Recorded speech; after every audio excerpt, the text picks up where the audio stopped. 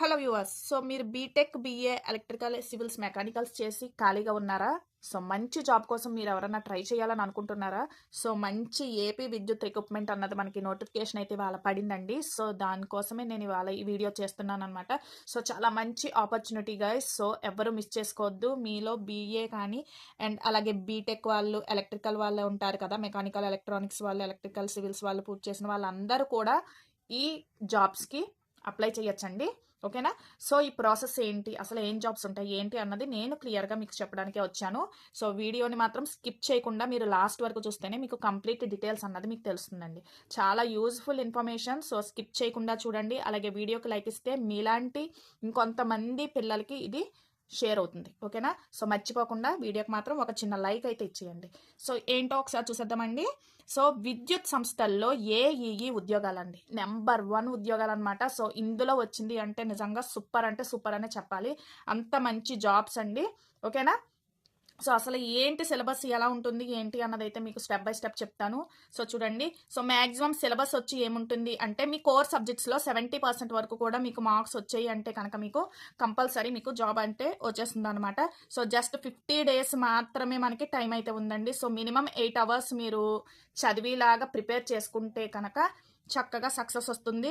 So core subject ప్రశ్నలకు BTech పాఠ్యపుస్తకాల ప్రాథమిక అంశాల నుంచే అధ్యయనం అన్నది ప్రారంభించాలని చెప్తున్నాడు. సో మీ బీటెక్ కోర్ సబ్జెక్ట్స్ ఉంటాయి కదా, ఏ గ్రూప్ వాళ్ళకి ఆ గ్రూప్ కోర్ సబ్జెక్ట్స్ ఉంటాయి కదండి.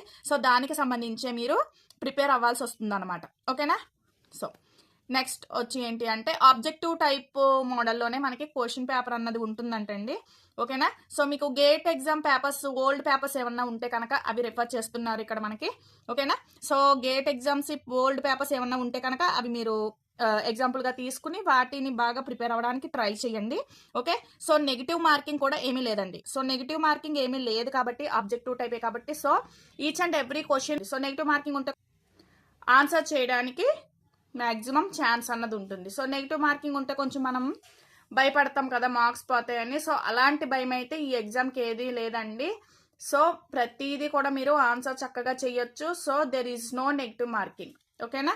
సో శాలరీకి వచ్చేసరికి చూడండి, మనకి స్టార్టింగ్లో ఒక 2 years అన్నది ప్రొబేషన్గా వ్యవహరిస్తారంటండి. ప్రొబేషన్ అంటే ఏంటి అంటే ట్రైనింగ్ పీరియడ్ అనమాట.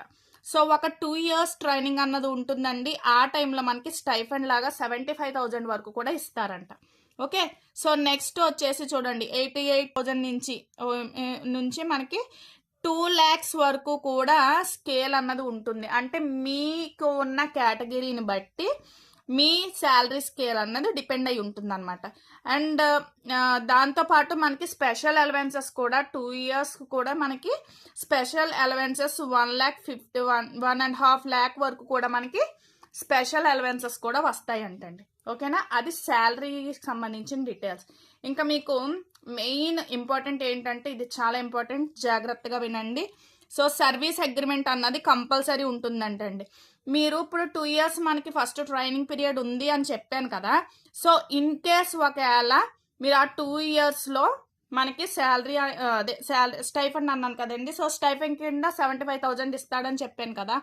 సో ఇన్ కేస్ మీరు మధ్యలోనే మానేయాల్సి వస్తే కనుక మీరు 5 lakhs వాళ్ళకి పే చేయాల్సి వస్తుందంటండి. వాళ్ళు ఇచ్చిన శాలరీతో పాటు ఇంకా 5 lakhs అన్నది మీరు పరిహారంగా ఇవ్వాల్సి వస్తుందంట. సో గుర్తుపెట్టుకోండి.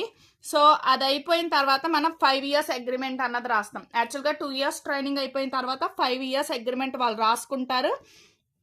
సో ఆ 5 yearsలో ఇన్ కేస్ ఎప్పుడన్నా మీరు డ్రాప్ అయిపోవాలి అనుకుంటే కనుక 10 lakhs మీరు నష్టపరిహారం అన్నది చెల్లించాల్సి వస్తుంది. సో జాగ్రత్త. సో ఇవన్నీ మీకు నచ్చితేనే మీరు అప్లై చేయండి. ఓకేనా? సో జాగ్రత్తగా ఇవన్నీ కూడా మీరు జాగ్రత్తగా తెలుసుకుని అప్పుడు మీరు అప్లై చేయండి. సో సర్వీస్ అగ్రిమెంట్కి సంబంధించిన డీటెయిల్స్ అయితే అయ్యండి. ఓకేనా? సో నెక్స్ట్ వచ్చేసి చూడండి. సో వాళ్ళు ఇచ్చిన జాబ్స్ ఏంటి అన్నది చూద్దాం. సో పోస్టులు ఏమి ఇచ్చాడో చెప్తున్నాను చూడండి. ఏపీ ట్రాన్స్కో అన్న పోస్టులు 200 పోస్టులు ఇచ్చాడు. సో ఏఈఈ వాళ్ళు ఎలిజిబుల్ క్యాండిడేట్స్ అనమాట. ఏఈఈకి సంబంధించి ఎలక్ట్రికల్ 167 పోస్టులు, అలాగే టెలికాం 10 పోస్టులు, సివిల్ వాళ్ళకి 23 పోస్టులు ఇస్తాడంట.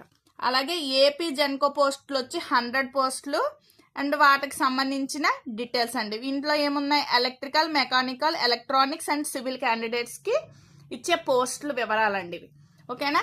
నెక్స్ట్ ఇంకో కేటగిరీ ఉంది చూడండి, ఏపీ ఈపీటీ సిఎల్ అని 135 పోస్టులు ఉన్నాయండి వాటికి.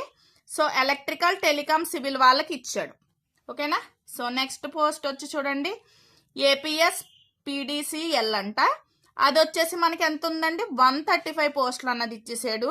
సో ఎలక్ట్రికల్, టెలికామ్, సివిల్ వాళ్ళకి ఎలిజిబిలిటీ అన్నది ఉంది. నెక్స్ట్ లాస్ట్ వచ్చేసి ఏసీసీపీ డిసిఎల్ అంట, 60 పోస్టులు అన్నది ఉన్నాయి. సో వాటి డీటెయిల్స్. ఓకేనండి. సో ఇంకా చూడండి ఎలిజిబిలిటీ క్యాండిడేట్స్ ఏంటన్నది చెప్తున్నాడు చూడండి. సో ఎలిజిబిలిటీకి వచ్చి ఏంటి, B Tech, BA, electrical, civils, mechanical, electronics పూర్తి చేసిన వాళ్ళు దరఖాస్తు చేసుకోవచ్చు. ఓకేనా. సో వీళ్ళు మీరు ఎవరైతే ఉంటారో వాళ్ళు మీరు దీనికి రిజిస్ట్రేషన్ అన్నది చేసుకోవచ్చు. రిజిస్ట్రేషన్ ఫీ అన్నది 1000 రూపీస్ ఉంది. సో ఏజ్ లిమిట్ అన్నది 18 to 42 ఇయర్స్ మధ్య వాళ్ళందరూ చేయొచ్చు అంటండి, అప్లై చేసుకోవచ్చు. ఎస్సీ, ఎస్టీ, బీసీ, ఈడబ్ల్యూఎస్సీలకు అయితే మాత్రం 47 వరకు కూడా ఏజ్ ఉందండి.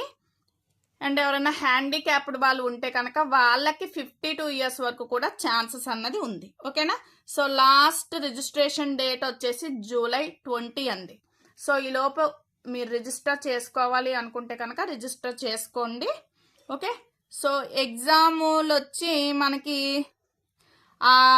22 ఆగస్ట్ నుంచి 29 ఆగస్ట్లో ఎప్పుడన్నా జరగచ్చు. వాళ్ళే షెడ్యూల్స్ ఇస్తారనమాట. సో దాని ప్రకారం మీకు ఎగ్జామ్స్ అన్నది జరుగుతాయి.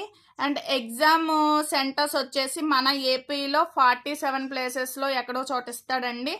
దాంతోపాటు హైదరాబాద్, ఖమ్మం, బెంగళూరు, చెన్నై, బెల్హాపూర్, ఒడిస్సాలో ఉందనుకుంటా. సో అక్కడ కూడా మీకు సెంటర్స్ వచ్చే ఛాన్సెస్ అన్నది ఉన్నదండి.